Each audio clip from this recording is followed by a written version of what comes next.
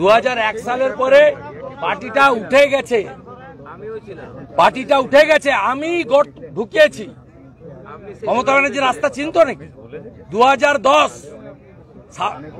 30 July Lalgarh, 9 August লালগড়ের সভা, এমন জায়গা নেই যে জায়গায় আমি আসিনি।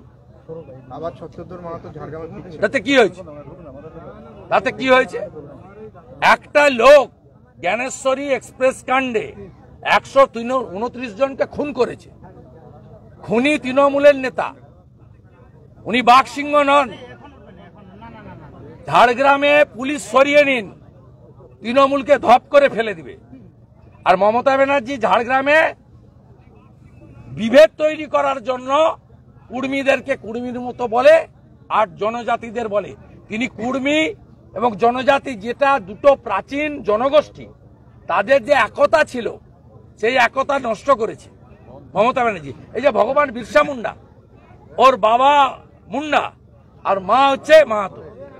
দাদা 10 বছর আগে জনজাতিদের এই দুটো প্রাচীন গোষ্ঠীর একটা সিমেন্টিং রিলেশন ছিল। মমতা ভাগ করেছে এখানে। কুর্মীদেরকে এসটি দেবে বলে চিঠি লিখে এসটিদেরকে বলেছে ওরা নিয়ে নিবে, তোমরা বাধা দাও।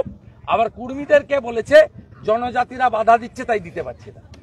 এটা মমতার কাজ।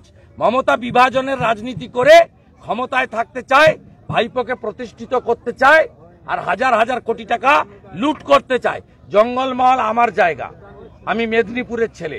আপনি প্রশাসনিকভাবে 3 ভাগ করেছেন, 13 ভাগ করুন।